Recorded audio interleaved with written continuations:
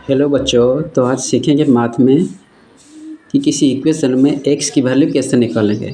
तो पहला क्वेश्चन देखो क्या दे रखा है कि x प्लस 3 = 6 नीचे डिवाइड बाय 2 हो रखा है। तो इसको हम कैसे सॉल्व करेंगे, ध्यान से देखो।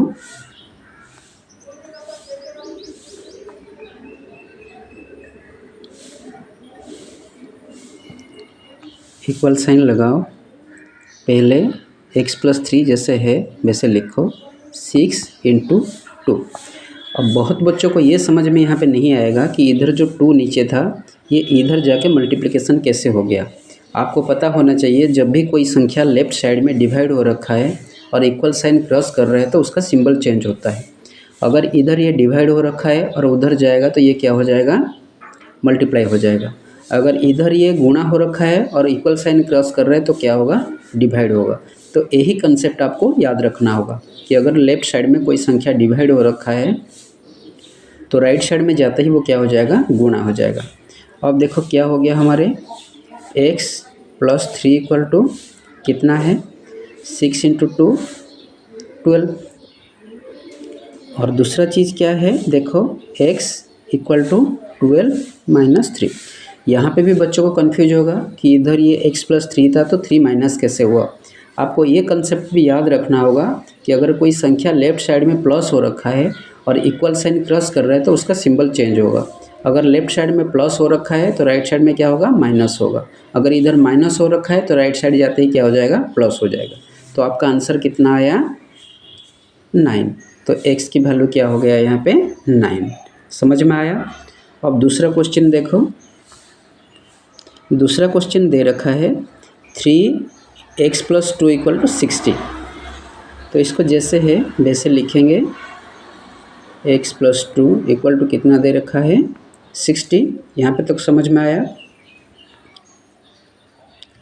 अब देखो ये जो 3 है या इसके बीच में कोई सिंबल नहीं है, इसका मतलब क्या है, इसका मतलब है मल्टीप्लिकेशन। जब भी किसी संख्या के पास कोई सिंबल नहीं होता है तो वो क्या हो रहता है, मल्टीप्लिकेशन यानी कि गुणा। तो देखो ये x + 2 जैसे है वैसे रखो। अभी पहला इक्वेशन में बताया था कि अगर कोई संख्या लेफ़्ट साइड पे गुणा हो रखा है तो राइट साइड पे जाके क्या होगा, वो डिवाइड हो जाएगा। तो ये x + 2 = कितना होगा, 60 / 3 होगा। डिवाइड करेंगे। यहाँ तक समझ में आया। अब देखो x + 2 = कितना होगा, अगर 60 को 3 से डिवाइड करूँगा तो कितना होगा, 20। यहाँ तक समझ में आया। अब देखो x कितना होगा, 20 - 2 = 18।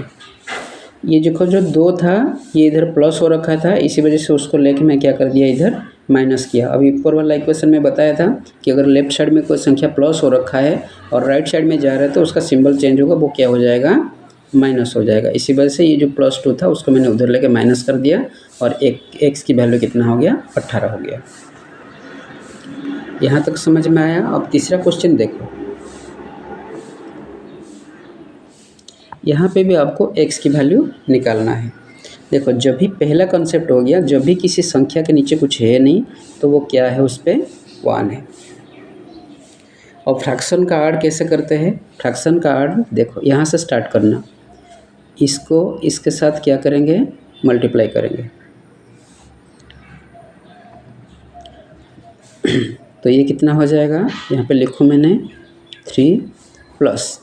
अब इसको इसके साथ गुणा करना है। तो 7 × x कितना होगा, 7x। और ये जो नीचे दोनों बचते हैं ना, ये दोनों को क्या करना होगा, गुणा करना होगा। और 7 × 1 कितना होगा, 7। अब ये कितना दे रखा है राइट साइड पे। अब देखो यहाँ पे आपको समझना होगा कि अगर दोनों साइड से सेम संख्या है, डिनोमिनेटर सेम है, तो हम इसको काट लेंगे, कैंसिल कर लेंगे दोनों साइड से। तो इधर 7 इधर 7 कैंसिल हो गया। अब कितना बचा हमारे पास, 3 + 7x = 17। इतना ही तो दे रखा है। अब जिसकी वैल्यू निकालना है उसको हमें से क्या करेंगे, हम लेफ़्ट साइड पे रखेंगे। तो यहाँ पे और एक लाइन खींचता हूँ मैंने। देखो ये इक्वेशन 3 + 7x है तो 7x को मैंने लेफ्ट साइड पे रखा और इधर जो 3 देखो, यहाँ पे जो 3 ये क्या हो रखा है, प्लस हो रखा है। जब ये उधर जाएगा ना, ये क्या हो जाएगा, ये माइनस होगा। तो अब 17 माइनस 3, तो 7x इक्वल टू 17 से माइनस 3 करेंगे तो कितना बचेगा, 14।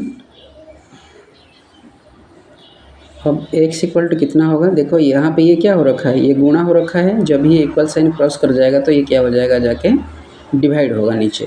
तो ये 14 डिवाइड बाई 7 इक्वल टू कितना आएगा, 2। तो आपकी x की वैल्यू कितना होगा, 2।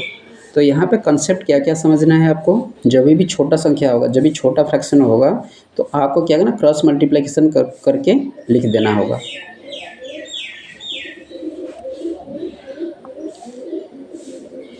अब चौथा क्वेश्चन तुम लोग खुद करके आंसर बताओ, डू इट योरसेल्फ।